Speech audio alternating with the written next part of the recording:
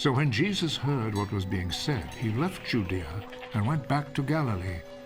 On his way there, he had to go through Samaria.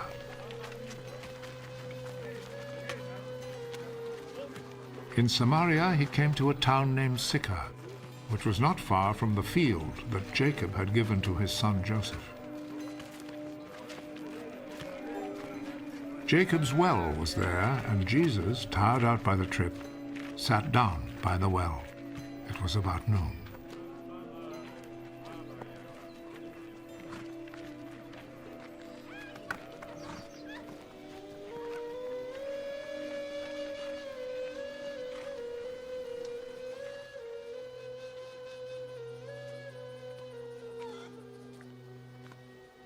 A Samaritan woman came to draw some water.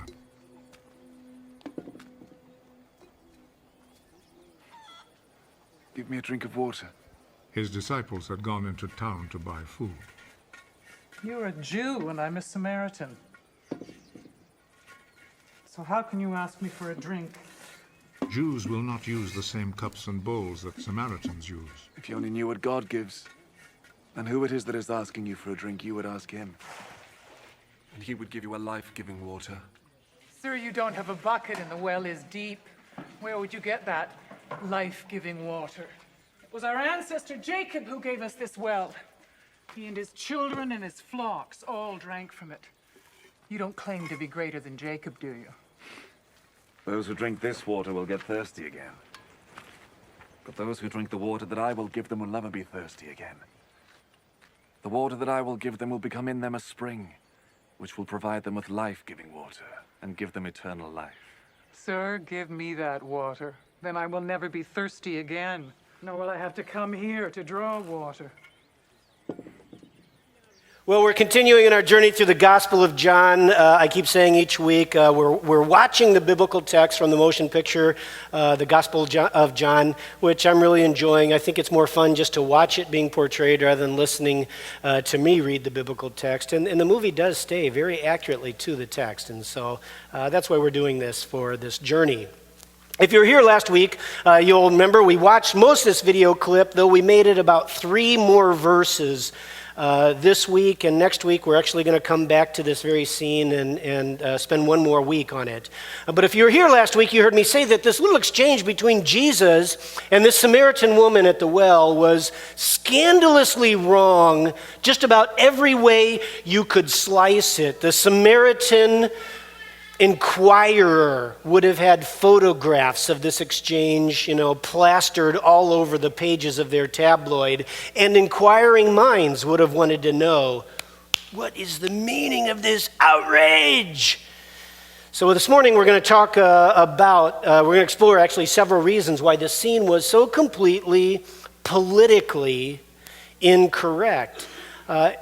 But the important truth that I want you all to walk away with this morning is not just a head knowledge understanding of political correctness in biblical Samaria. I want you to walk away with 2 important things in your mind and in your heart. First of all, I want you to leave here with just this sense of reverential awe for how radically and lovingly, politically incorrect Jesus was and is. How radically and lovingly, politically incorrect Jesus was and is. In other words, to put it this way, I want you to leave here with a little bit of attitude. Yeah, that's how our Jesus rolls, right? You go, Jesus. That's what I'm talking about, right? Okay, so a little bit of attitude. Jesus, politically incorrect. But secondly, I want you to leave here thinking to yourself, I think I'm going to be like that. I think I'm going to work a little harder and let Jesus live through me a little more because I want to be a little bit more radically and lovingly, politically incorrect. How's that sound? All right, here we go. What's up with this scene? Well, first of all, first thing you need to understand about this scene is that it was ethnically, politically incorrect. It was ethnically, politically incorrect. Jews, Jesus was a Jew.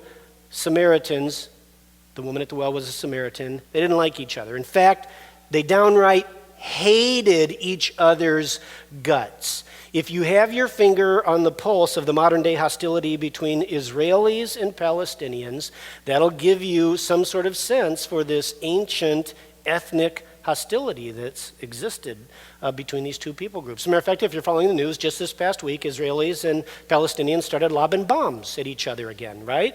For like the millionth time in last 50 years or whatever since Israel's been reestablished as a nation. But this hostility has been going on for thousands of years. And in Jesus' time, the Jews in particular looked down over their noses on the Samaritans and nursed this very deep-seated disdain for them as a bunch of half-breed infidels.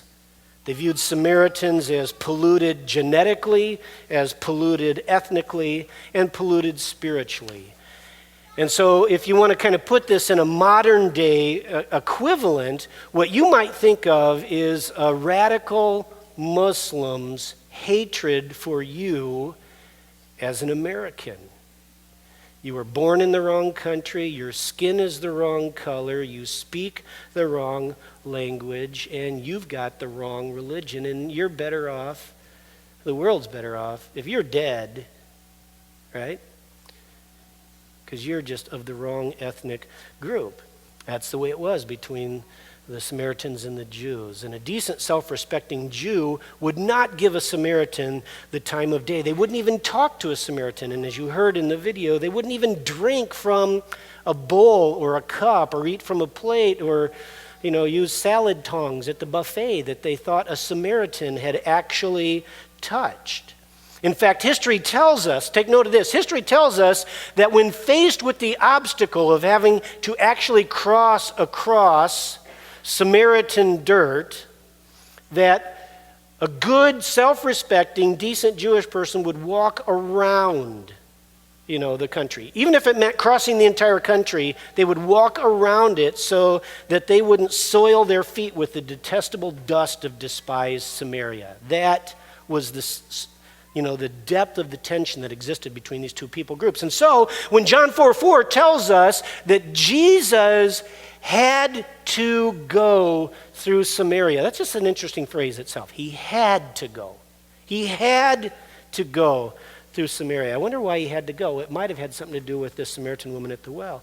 He had to go through Samaria on his way back to Galilee, when the contemporary reader of the tabloid headlines would have read this front page article, "Jewish rabbi walks through Samaria." Readers on either side of this ethnic divide would have been outraged. What? You said he walked through Samaria? What is he doing in that country? Or what is that doing in our country?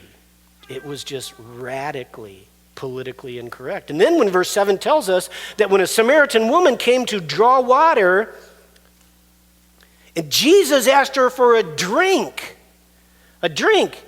out of her water jar, right? You don't do that. You just don't do that. She was absolutely blown away. The lines of political correctness had just been severely transgressed. Please give me a drink. And so when you pull up the picture of the racial tension and the racial hostility that was happening right then and there, you might, when you see Jesus seated by the well, seated on the ground, dusting his derriere with the detestable dirt of Samaria, you might think of an African American woman keeping her seat on a Montgomery, Alabama bus in 1950 or in the 1950s. That's how tense this is. Lines of cultural and ethnic bigotry and prejudice had just been crossed, and the Samaritan woman was blown away. You are a Jew, and I am a Samaritan woman. How is it? Why is it that you're asking me for a drink? What is going on here? And we know from last week that Jesus was up to way more than just getting a sip of water. Jesus was inviting this woman whose life was scorched by the sons of life Jesus was inviting her to bring her sun-parched soul to the life-giving, life-satisfying, living waters of his grace. An invitation that he said with the words, if you knew the gift God had for you, if you knew the gift of life, the gift of satisfaction that God has for you, and who it is that you're talking to, you would ask me, and I would give you living waters. See, Jesus was radically politically incorrect so that he could extend a loving hand of grace and mercy across lines of ethnic and cultural hatred and intolerance and bigotry, because that's how Jesus rolls. That's how Jesus rolls. You go, Jesus.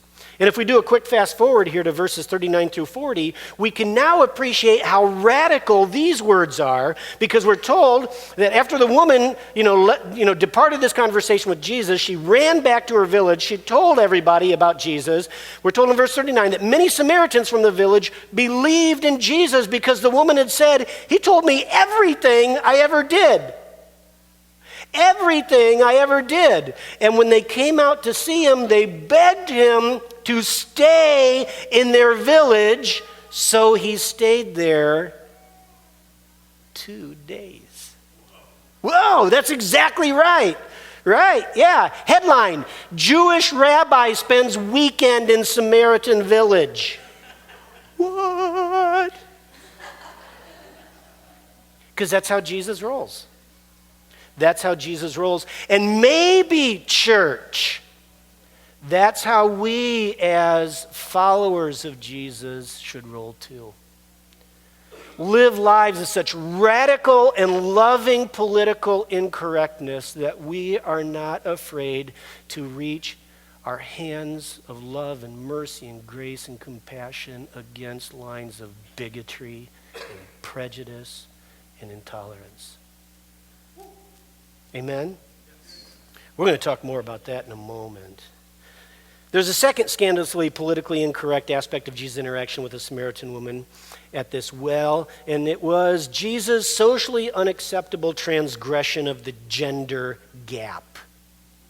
He crossed an unacceptable line of drawn in the sand over gender tension. And see, in that time, in that culture, in the Middle Eastern culture, men looked down on women as, completely inferior, almost subhuman. And actually, that's not much different than many Mid-Eastern or Middle Eastern cultures today.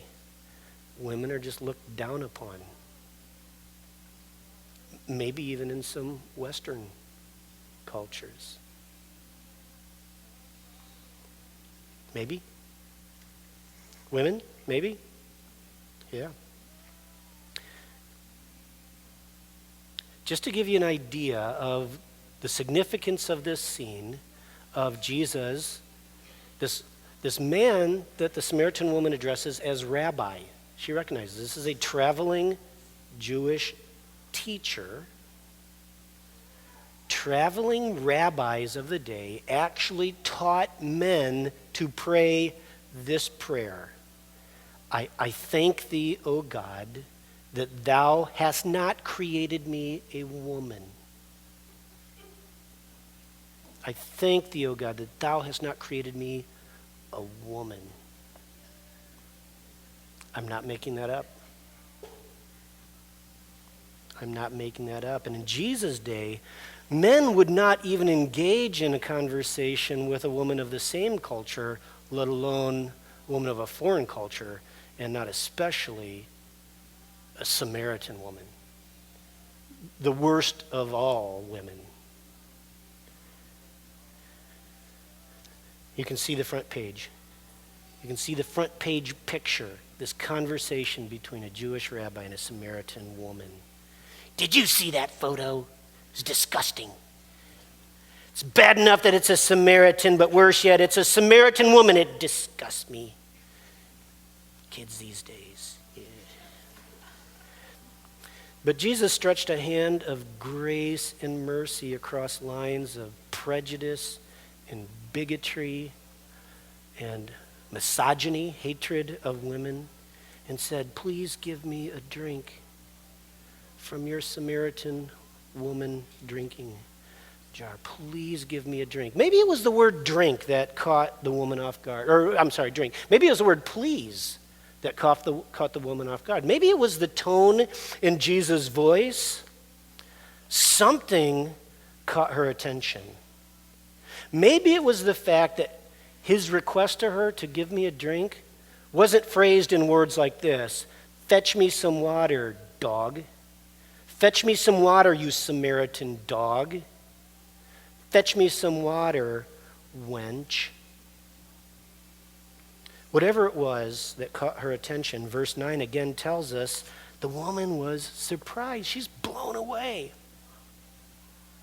For Jews refuse to have anything to do with Samaritans, first point.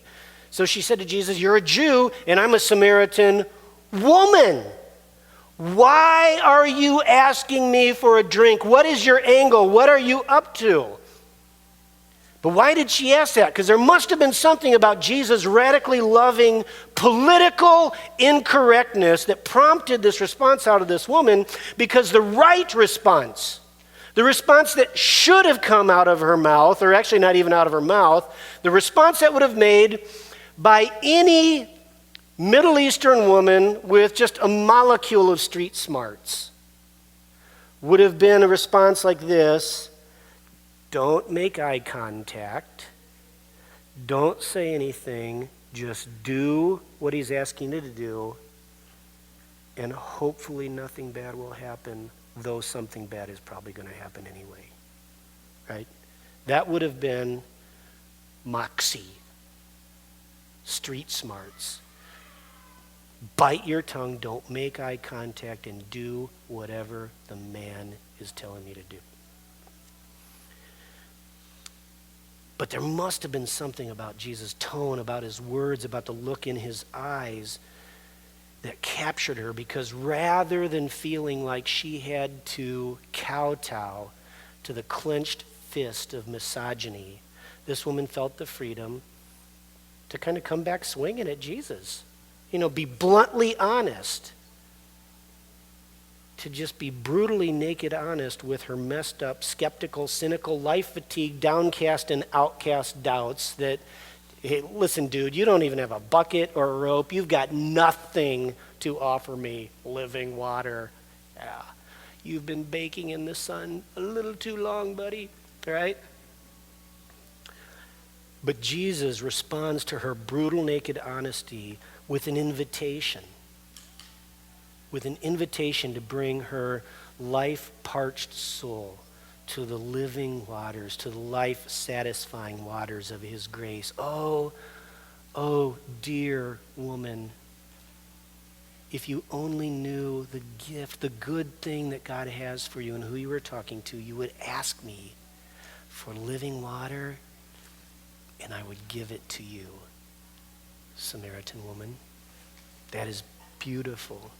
And so I want you to put this in perspective. When you pull up a picture of this scene in your mind, you might think about a man walking into a red light district where young girls had known nothing else in their whole of their lives but just the unspeakable violence and violation of being trapped in sex slavery.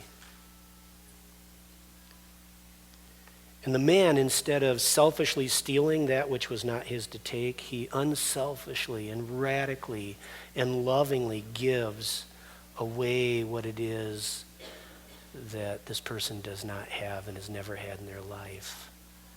Life-satisfying, life-giving grace and compassion. That's a little bit of a sense of this scene that was going on. And again, the Samaritan woman was utterly blown away. What, mister? Where are you going to get your so-called living water? You don't have a rope. You don't have a bucket. How is it, mister, that you're offering water that's any different than the endless parade of creeps in my life who have pillaged my life, dry and parched? You got nothing to offer me, Jesus. But Jesus was radically politically incorrect so that he could extend a loving hand of grace and mercy and compassion against lines of prejudice and bigotry and misogyny, so that he could reach a hand across lines of hurt and abuse. He could reach a hand lovingly across a line of somebody whose heart was cold and shut down and self-protected. And Jesus was just radically and lovingly politically incorrect to press through some hard lines that were drawn in the sand. Because that's how our Jesus rolls.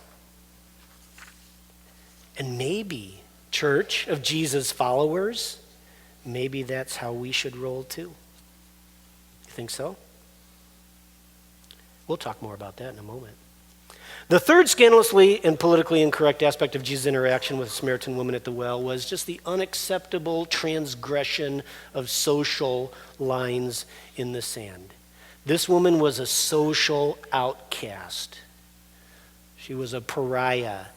We know that for two reasons. First of all, and we spent a little bit of time on it last week, that we can sketch something of this woman's social standing by virtue of the fact that she was getting water from the well in the scorching heat of the noonday sun all by herself. And we know that sketches something of her social standing because in that culture, fetching drinking water was women's work. This is what the entire village of women would do as a social event, and they would do it in the cool of the noonday sun. And so this was the time when they caught up, when they shared, this is what's going on. We know, actually for a fact, historically, that this was a woman's social event because archaeologists have discovered by some of these ancient wells copies of Oprah magazine. That's not true, I'm making it up. But if they did, okay, never mind. Even back then, Oprah would have been photoshopped. The sermon title is politically incorrect, so I'm just going there. I'm joking. All right. But seriously, the trip to and from the well for the women, jars in hand, it was like the Facebook of the day. This was like the Yah sisterhood of the traveling pots.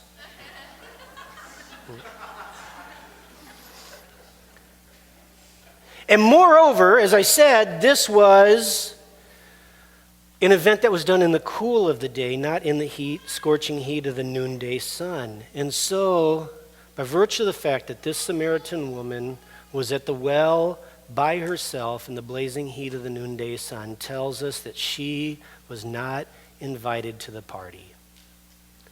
She wasn't part of the in crowd. This was an outcast, unacceptable by the women that she lived next door to and went to PTA meetings with. At least tried to. And we find out why. We find out why later in verse 18. She's an outcast because she's a tainted woman. She's living with man number 6 after 5 failed marriages. And even by, Hollywood's bottom of the barrel standards, that's a pretty bad record, right? Well, back then it was infinitely worse. She was a tainted woman. She was damaged goods. She was a reused, recycled, discarded, unloved, friendless, and lonely woman. She was the kind of woman that no decent, self-respecting rabbi would be caught dead having a conversation with. You understand that? And so the shocking nature that Jesus, a Jewish rabbi, was talking with this woman, the shock of it is registered in the disciples' reaction later in verse 27, because we told they had gone to, get some food. In verse 27 it says, just then, in the middle of this conversation, the disciples came back and they were shocked to find him talking to a woman, a Samaritan woman. I love this. But none of them had the nerve to ask, right? Because this was like awkward. But we know their thoughts.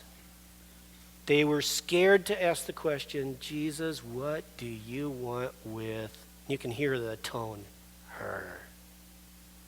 What, Jesus, do you want with her? Why are you even talking to her, a Samaritan woman with a history? Why are you talking to her? Jesus says, because she's a thirsty soul at the well of life.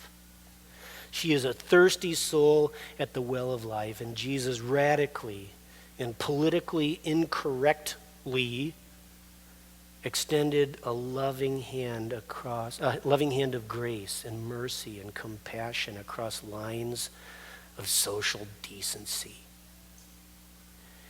He soiled his hand of mercy, reaching out to a fallen woman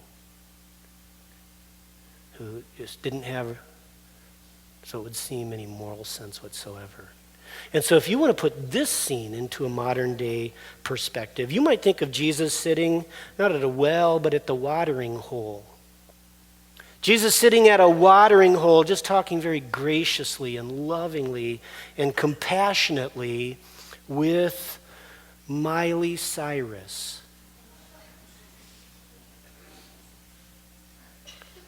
Why, Jesus, are you talking with her? Right? Why are you talking with her? Because that's how our Jesus rolls. And maybe, church of Jesus followers, that's how we should roll too. Extending a hand of grace and mercy and compassion across lines, soiling our hands, extending the living water of Jesus Christ with those, who haven't quite figured out, I'm not going to finish that. Reach the hand across, right? That's how our Jesus rolls. We should too. Hey, a less scandalously politically incorrect aspect of Jesus' interaction with the Samaritan woman at the well was the unacceptable transgression of just telling the truth.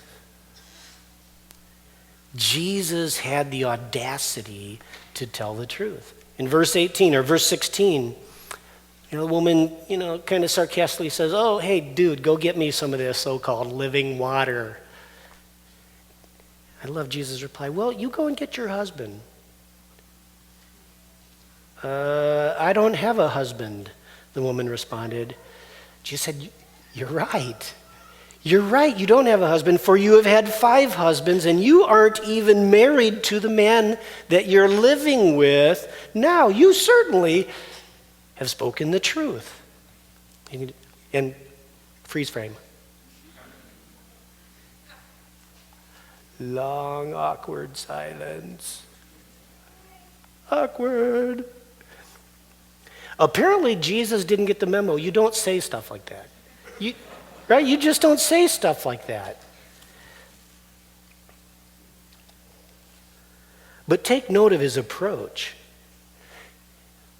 If anyone had the right to read her the riot act, it was Jesus. If anyone had the right to rub her face in the 7th commandment, it was Jesus. If anyone had the right to nuke her to smithereens with the Word of God, it would have been the Word of God, right? We see none of that in Jesus. In Jesus, we see just the radical audacity to tell it like it is, to tell the truth, and the radical capacity to tell the truth in love. In love. Hey, it's easy to speak the truth, right? It's easy to deliver, a little truth grenade and make ourselves feel better with the phrase, hey, I'm just telling you the way it is. The truth hurts, right? That's easy to do. We can all do that. And then, then we kind of duck back behind our bunker of safety. Truth bombs. But Jesus had the radical audacity to speak the truth and the radical capacity to speak the truth in love and compassion. To the end, we know that there must have been love there, because after he read her mail, after he exposed her dirty little secret, we still see them in dialogue. Jesus didn't retreat behind his bunker of self-protection. Hope you can handle the truth, lady. But he's still sitting there patiently. And she's still engaged in dialogue with him, and his offer is still on the table. Hey, I've just said something that was a little bit hard to hear, and if you only knew the gift of God and who it is you're speaking to, you would ask me even still for living water, and even still, I would give it to you. And we know that this woman experienced not only truth, but she experienced the love of Jesus, because later, after the conversation went on, and just by virtue of the fact that she was able to stay in the conversation, she must have been loved. I mean, what do you want to do when somebody tells you something you don't want to hear? And especially when they lob it as a truth grenade. Like, thanks, I appreciate you telling me that. I'll see you never, right? We don't want to see that person, because we know that it probably didn't come from love. They just wanted to nuke us with the truth. This woman must have experienced something later, or something different, because she continues in this conversation with this man who just read her mail. And then later in verse 28, it says, the woman left her water jar after a lengthy conversation beside the well and ran back to the village, telling everyone, come and see the man who told me everything I did. Could he possibly be the Messiah? And so the people came streaming from the village to see him. Hey, everybody, come see the man who read my mail. He told me everything I ever did. I think he might be the living water. I think he might be the Messiah. Right? Now, is that how you would respond if Jesus publicly said everything that you did? Right? No, you wouldn't. You wouldn't do that. If I told you, hey, next week, I want you to come to church. I want you to bring your friends. There's this guy I know. He like hears from God. And he can just go through the room, and he'll be able to point out everybody and just say through the microphone everything you did. Right? Now, how many of you are going to go get your neighbors? Hey, you got to come to church this Sunday. Right? Because you don't even want to be here. Right? And then your neighbors aren't going to say, oh, hey, that sounds great. I want to go to that church service. Boo! Right? Ugh. Jesus told me everything I did. Everything. It was ugly. Right? So what was it then that she experienced from Jesus that made her run to get the whole village and to bring them to meet the man who told her everything she ever did? I think that when most people get a truth grenade from a Christian, they run too, but they keep running, and they don't come back. And they certainly don't bring everyone they know with them. There must have been something that this woman experienced from Jesus that made her run to get the village and bring them back to meet the man who read her mail and knew all the little dirty secrets about her sun-scorched life. What was it? She experienced the truth, but the truth in love and grace and compassion and mercy. Because that's how our Jesus rolls. And maybe that's how we should roll too, church. Maybe that's how we should roll. Be truth speakers, but gracious people, loving people who are going to be willing to say hard things, maybe even say some politically incorrect things, and sit there in the despised dust of the mess that we're speaking into and say, and I'm here extending to you, and I will continue to extend to you the living waters of Jesus that will satisfy your sun-scorched life. That's how our Jesus rolls. And maybe that's how we should roll too. You think? Yeah. All right, so let's bring this home. Who are the Samaritans in your life?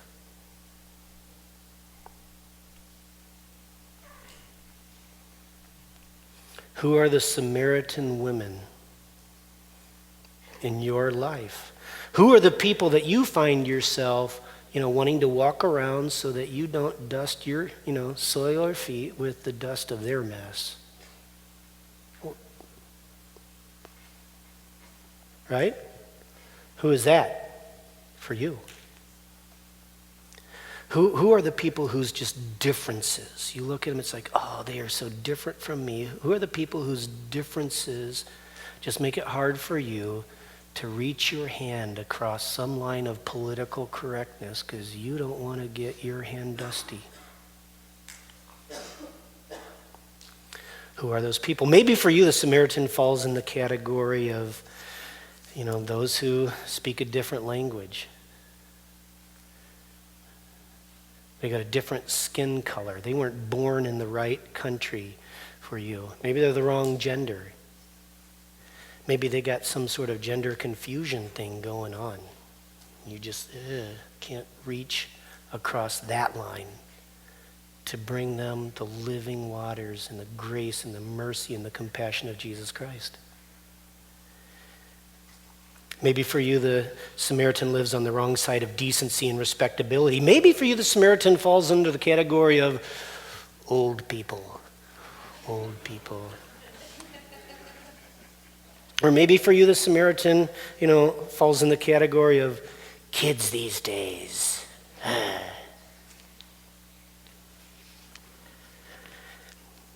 Maybe for you, the Samaritan is a down-and-out social outcast. Maybe for you, the Samaritan has a summer cottage on the lake. Maybe for you, the Samaritan is buying cigarettes with food stamps. Maybe for you, the Samaritan is part of the 1%. Maybe for you, the Samaritan has dirty fingernails. Maybe for you, the Samaritan has a pedicure. Maybe for you, the Samaritan has piercings. Maybe for you, the Samaritan has a tattoo. Maybe for you, the Samaritan wears a tie. Maybe for you, the Samaritan wears tie-dye. Maybe for you, the Samaritan wears a turban. Maybe for you, the Samaritan drives a Beamer. Maybe for you, the Samaritan drives a buggy. Maybe for you, the Samaritan drives a pickup truck with a rebel flag and a bumper sticker that says, "You can have my gun, pry it off my cold dead fingers." Maybe for you, the Samaritan drives 10 miles an hour with their little gray head just barely sticking up above the steering wheel, 10 miles an hour down the road, 10 miles an hour around corners, 10 miles an hour through the stop signs, 10 miles an hour pulling out right in front of you, right? Maybe that is your Samaritan. Who are the Samaritans in your life? The people that for you it's just so difficult to reach a hand of grace and mercy and compassion across some line that's drawn in the sand. That Jesus would reach across radically and lovingly, politically incorrect. Because that's how Jesus rolls. And that's how we should roll too, church. Amen? Let's stand.